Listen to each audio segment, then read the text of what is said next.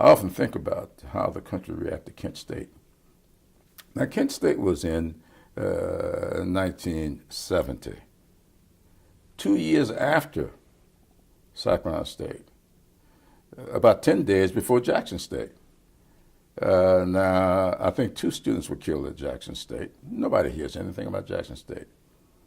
4 students were killed at Kent State 10 or 11 days earlier, and that's all you ever hear about.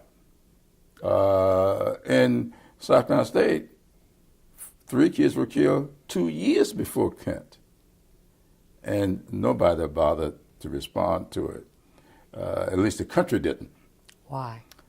Well, I think the country was wrestling like it is today with race.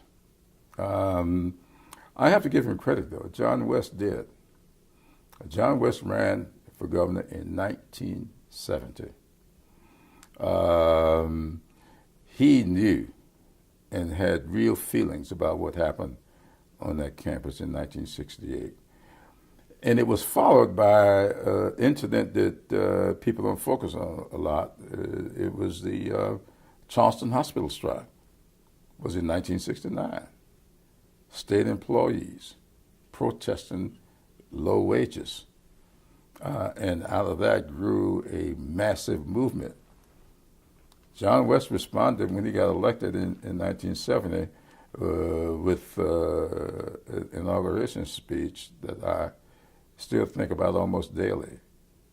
No special favors, he said, but an administration that would be truly colorblind.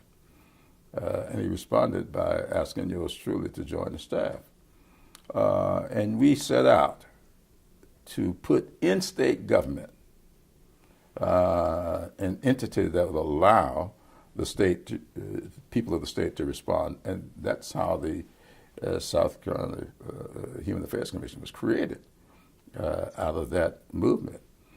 John West moved to do that even before the federal government mandated it. Few people realized that when this Civil Rights Act was passed in 1964, it had nothing to do with it. It was just the private sector. It had nothing to do with the public sector. The public sector was not covered until 1972. Yet John West established the South Carolina Human Affairs Commission in 1971. So he set up a mechanism in state government before the federal government ever mandated that it should be done. And so I give South Carolina great credit for the way it responded back in those days. Much different today.